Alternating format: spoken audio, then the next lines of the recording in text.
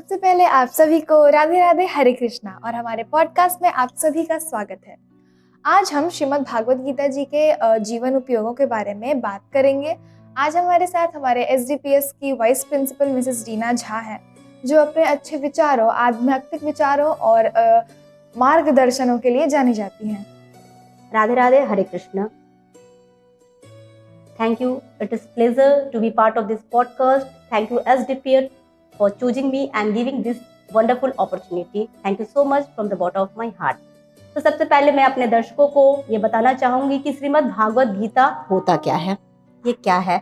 तो श्रीमद् भागवत गीता श्री कृष्ण और अर्जुन संवाद पर आधारित हमारा स्क्रिप्चर, हमारा धार्मिक ग्रंथ है, जिसमें भगवान श्री कृष्ण से अर्जुन जी ने बहुत सारे प्रश्न पूछे हैं और भगवान ने उनके उत्तर दिए हैं। देखिए, हमारा सनातन धर्म हमें कभी भी आंख बंद करके किसी भी चीज़ पर विश्वास करने के लिए नहीं बतलाता। हमारे सारे स्क्रिप्चर्स, हमारे सारे ग्रंथ ही प्रश्नों से शुरू हुए हैं। तो भगवान से अर्जुन जी ने प्रश्न पूछे हैं और भगवान ने उनके उत्तर दिए हैं। तो हमारे प्रश्न पूछने और अर्जुन जी के प्रश्न पूछने में फ़र्क यही था कि उन्होंने सारे प्रश्न मर्यादा में रहकर पूछे हैं। उन्होंने तब तक प्रश्न पूछे जब तक उनको उनके प्रश्नों के उत्तर नहीं मिल गए। देखिए, जिनके सामने भगवान श्री कृष्ण है, क्या उनसे प्रश्न पूछना बनता है? लेकिन उन्होंने फिर भी प्रश्न पूछे, और इसलिए पूछे क्योंकि उन्हें पता है कि एक वही है जो उनके सारे प्रश्नों का उन्हें उत्तर दे सकते हैं। और आज की जनरेशन में हम प्रश्न किसी से बस ये जानने के लिए पूछते हैं, हमारा उद्देश्य ये रहता है कि हम कैसे उसे नीचा दिखाएं, वो ऐसी एक गलती करे कि हम उसे हाईलाइट करें। तो ये नहीं होना चाहिए। तो भगवान श्री कृष्ण से अर्जुन जी ने प्रश्न पूछे, लेकिन मर्यादा में रहकर, और भगवान ने उनके सारे प्रश्नों के उत्तर दिए। तो श्री कृष्ण जी और अर्जुन जी का संवाद से आधारित हमारा ये धार्मिक ग्रंथ है, जिसे हम श्रीमद् भागवत गीता कहते हैं। यस मैम, बहुत ही अच्छा लगा। तो मैम, मेरा भी एक प्रश्न है कि जब भी हम श्रीमद् भागवत गीता का नाम सुनते हैं तो ऐसा लगता है कि यह सिर्फ एक धार्मिक किताब है, लेकिन आज के पॉडकास्ट में हम ये समझना चाहते हैं कि क्या श्रीमद् भागवत गीता जी आज के स्टूडेंट्स के लिए भी उतनी ही रिलेवेंट है? बिल्कुल रिलेवेंट है। श्रीमद् भागवत गीता हम सभी को पढ़नी चाहिए, ये सबके लिए रेलेवेंट है। आजकल का जनरेशन, आजकल का यूथ हर दिन hypotension, depression, mental stress, decision making जैसी समस्याओं से हर दिन जूझ रहा है। तो ऐसे में श्रीमद् भागवत गीता, मैं तो कहूँ, एक ऐसी औषधि है जिसके ना तो कोई साइड इफेक्ट है और ना ही कोई टाइम लिमिटेशन है। हम जब चाहे इसे पढ़ सकते हैं, और जितना इसे पढ़ेंगे उतना ही हमारा ज्ञान बढ़ेगा, और यकीनन हमारे जीवन के सारे समस्याओं का हल हमें सिर्फ और सिर्फ यही मिलेगा। इसलिए श्रीमद् भागवत गीता सबके लिए रेलेवेंट है। Yes ma'am. तो मैम, अगर आप श्रीमद् भागवत गीता जी को एक लाइन में एक्सप्लेन करना चाहेंगी तो आप क्या कहेंगी? मैं कहूँगी कि श्रीमद् भागवत गीता हमारे जीवन का मैनुअल है। कुरुक्षेत्र में अर्जुन महाभारत का युद्ध लड़ रहे थे, और आज हम सभी हमारे भीतर के युद्ध को तनाव, चिंता, परेशानियां, जिम्मेदारियां, एक्सपेक्टेशन के रूप में हर दिन लड़ रहे हैं। हर दिन हमें उसका सामना करना पड़ रहा है। तो ऐसे में मैं कहूँ तो हम सभी को एक कृष्ण की ज़रूरत है, और कृष्ण तभी मिलेंगे जब अर्जुन जैसा समर्पण, भक्ति, आस्था, प्रेम, सच्चाई और अच्छाई होगी। और ये सारी चीज़ें अगर हमारे भीतर आ जाती है तो यकीनन कृष्ण भी मिलेंगे और सही राह भी मिलेगी। मैम, यहाँ तक तो समझ में आया, लेकिन अर्जुन भी कंफ्यूज थे ना कि युद्ध करें या ना करें। आज के बच्चे भी बिल्कुल कंफ्यूज होते हैं, स्टूडेंट्स कंफ्यूज होते हैं एग्जाम प्रेशर को लेके, चॉइसेस को लेके, कंपैरिजन को लेके। तो क्या ये दोनों सिचुएशंस एक जैसी हैं? बिल्कुल एक जैसी है। अर्जुन इमोशनली कंफ्यूज थे, क्योंकि उन्हें उस वक्त उन लोगों के साथ युद्ध लड़ना था जिनके साथ उनका बचपन बीता है, जिनकी गोद में खेल कर वो बड़े हुए हैं, इसलिए वो इमोशनली कंफ्यूज थे। और आज की जनरेशन, आज का यूथ भी मार्क्स को लेकर, सोसाइटी को लेकर, करियर को लेकर, फ्यूचर को लेकर कंफ्यूज ही तो है। तो ऐसे में श्रीमद् भागवत गीता की जब हम शरण लेते हैं तो वो हमें इन सारी सिचुएशंस को कैसे हैंडल करें, कैसे इसे ओवरकम करके बाहर निकले, ये सब कुछ सिखलाती है। इसलिए हमें उनकी शरण लेनी चाहिए। बहुत ही अच्छे से बताया मैम आपने। तो जो हम स्टूडेंट्स हैं, आपके हिसाब से श्रीमद् भागवत जी का सबसे इम्पोर्टेंट या सबसे पावरफुल मैसेज क्या होगा हमारे लिए?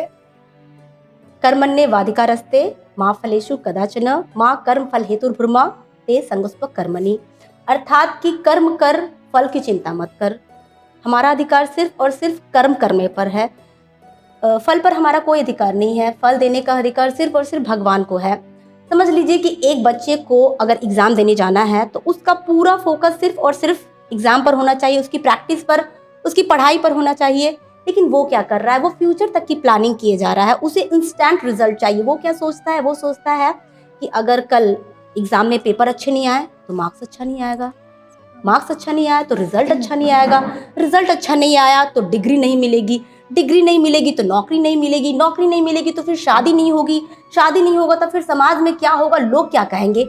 जबकि उसका ध्यान सिर्फ और सिर्फ पढ़ाई पर होना चाहिए। कहते हैं ना कि अगर एक नकारात्मक विचार अगर हमारे अंदर प्रवेश कर जाती है तो बाकियों को निमंत्रण मनुष्य खुद देता है, उसे किसी और की जरूरत नहीं होती। उसका अपना स्वयं का दिमाग जरूरी है नकारात्मकता फैलाने के लिए।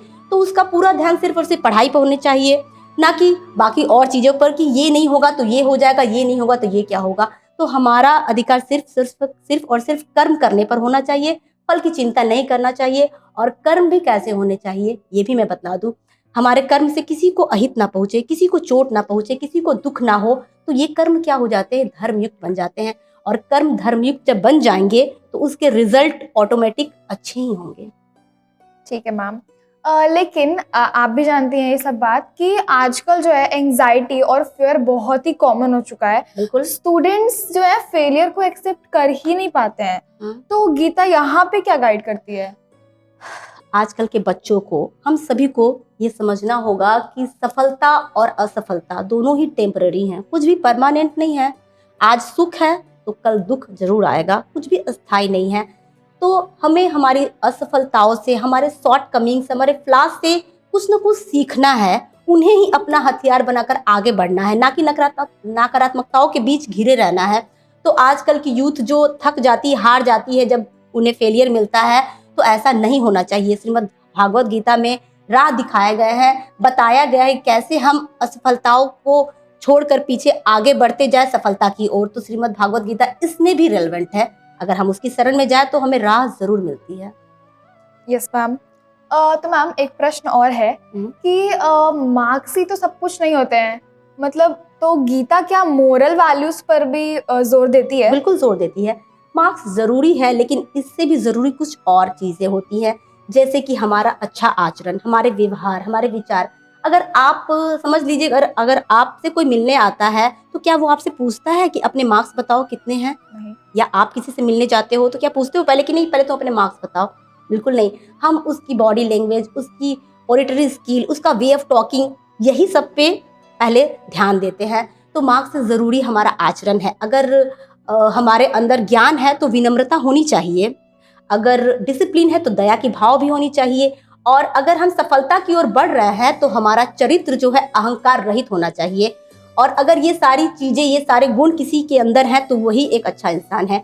और एक अच्छा स्टूडेंट वही हो सकता है जो कि एक अच्छा इंसान है। तो मार्क्स से ऊपर हमारा व्यवहार, हमारे आचरण, हमारी विनम्रता, हमारा दया भाव और हमारा अहंकार रहित आचरण है।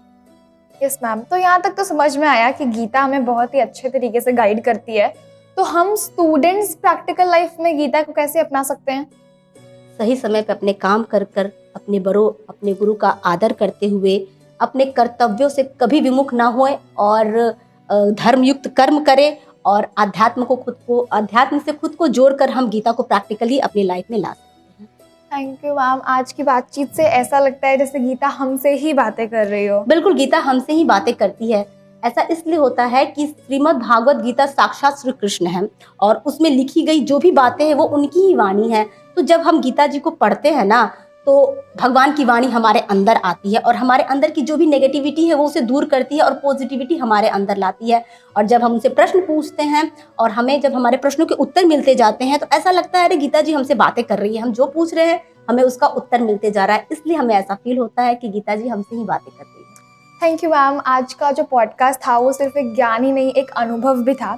लेकिन अगर आप हमारे दर्शकों के लिए कोई मैसेज देना चाहेंगी गीता जी से रिलेटेड तो आप दे सकती हैं।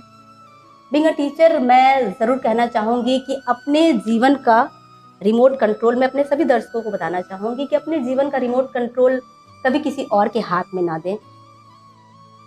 न जाने वो किस वे में इसका यूज़ करे। होता ये है ना कि हम अपने सुख के लिए, अपने दुख के लिए, और यहाँ तक कि गुस्सा होने के लिए भी किसी और पर डिपेंडेबल हो जाते हैं। हमें कोई 2-4 ऐसी बातें कह देता है, हम खुश हो जाते हैं। कुछ ऐसे शब्द कह दिए जो हमें अच्छा नहीं लगता तो हम दुखी हो जाते हैं। कुछ अपशब्द कह देते हैं तो हमें गुस्सा आ जाता है, जो कि गलत है। ये हमारे सिर्फ मेंटल स्ट्रेस को बढ़ाता है, हम डिप्रेशन में चले जाते हैं। हमें इससे बचना होगा। इसका मतलब तो यही हुआ कि हमारी भावनाओं पर, हमारे विचार पर, हमारे मन पर कोई नियंत्रण नहीं है। और हमारा विचार हमारे मन पर, हमारे भावनाओं पर हमारा नियंत्रण तभी होगा जब हम खुद को आध्यात्म से जोड़ेंगे, हम भक्ति की ओर जाएंगे। और भक्ति में इतनी शक्ति होती है ना कि अगर भक्ति को पानी में मिला दे तो चरणामृत बन जाता है, भोजन में मिला दे तो प्रसाद बन जाता है, भूख में मिला दे तो व्रत बन जाता है, और अगर चलने में मिला दे तो वो परिक्रमा तीर्थ यात्रा बन जाता है, और अगर घर में आ जाए तो वो मंदिर बन जाता है। हमारे देखने में भक्ति को मिला दे तो वो दर्शन बन जाता है, हमारे गीत में, हमारे संगीत में मिला दे तो वो संकीर्तन बन जाता है। और श्रीमद् भागवत गीता में भगवान श्री कृष्ण ने भी कहा है कि मनमना भवमद भक्ता मद्याजी मां नमस्कुरु मामे वैस्यसी युक्त्वैव मात्मानम मत परायणः। मतलब कि अगर हम मन से, कर्म से, वचनों से भगवान से जुड़ जाते हैं, उनकी पूजा करते, उनकी आराधना करते, उनकी भक्ति करते, तो हम भगवान को प्राप्त कर सकते हैं। और जब हम भगवान को प्राप्त कर लेंगे, हमारे मन पे, हमारे वचनों पे, हमारे कर्म पे उनका ही, सिर्फ उनका कंट्रोल होगा, तो क्या लगता है कि हम कभी गलत ट्रैक पकड़ सकते हैं? हम गलत दिशा की ओर जा सकते हैं? तो मैं अपने दर्शकों को, अपने सभी बच्चों को ये कहना चाहूंगी कि इन सब बातों को कभी ना भूलें, सदा भगवान के दिखाए राह पर चले, अपने बड़ों का, अपने गुरुजनों का आदर करें, सदा सही समय पर अपने कर्म करें और अपने कर्मों से कभी विमुख ना होएं। अगर हम ये सारी चीजें करते हैं तो सही मायने में हम स्पिरिचुअल हैं, और यही गीता का सार है। और गीता सिर्फ एक स्क्रिप्चर नहीं है, वो हमारे जीवन की साथी भी है। यस मैम, बहुत ही अच्छा लगा आपसे बात करके। आपने इतने अच्छे तरीके से हमारे प्रश्नों के उत्तर दिए, समझाया है। मुझे नहीं लगता है कि कोई और इससे अच्छा समझा पाएगा। तो थैंक यू सो मच। हमारा पॉडकास्ट जो है यहीं पे समाप्त होता है। आज की इस पॉडकास्ट से ना हमें ये शिक्षा मिलती है कि हमें श्रीमद् भागवत गीता जी को अपने जीवन में ज़रूर से ज़रूर लाना चाहिए, क्योंकि आजकल की जो जनरेशन है, डे टू डे लाइफ है, वो बिल्कुल भूल चुकी है कि खुद को भी वक्त देना होता है या अपने प्रभु में भी कुछ समर्पण देना होता है। तो श्रीमद् भागवत गीता जी हमें यहाँ पे बहुत ही अच्छे तरीके से और एक बात मैं समझाती है। बताना चाहूंगी कि good things take time to understand, but when it comes in our life becomes wonderful. अच्छी चीजें, अच्छी किताबें, अच्छे लोगों को समझने में समय लगता है, पर जब हम उनके संपर्क में आ जाते हैं तो हमारा जीवन बेहतरीन हो जाता है। तो स्टार्टिंग में श्रीमद् भागवत गीता जब हम पढ़ेंगे तो हमें उतने अच्छे से समझ में ना आए हो सके, लेकिन जब हम बार बार उसका अभ्यास करेंगे तो वो हमें समझ में आने लगेगी, और तब फिर हमें लगेगा कि श्रीमद् भागवत गीता हमसे बातें कर रही है। तो स्टार्टिंग में समय लगेगा, लेकिन धीरे धीरे जब हम पढ़ने लगेंगे तो हमें सब कुछ समझ में आ जाएगा, हमें हमारे सारे प्रश्नों के उत्तर मिल जाएंगे। और जैसे श्री कृष्ण भगवान ने अर्जुन का मार्गदर्शन किया, गीता हमारा मार्गदर्शन करेगी।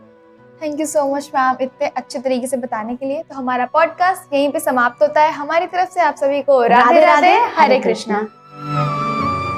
भागवत गीता सिर्फ ग्रंथ नहीं है, जीवन का साथी है।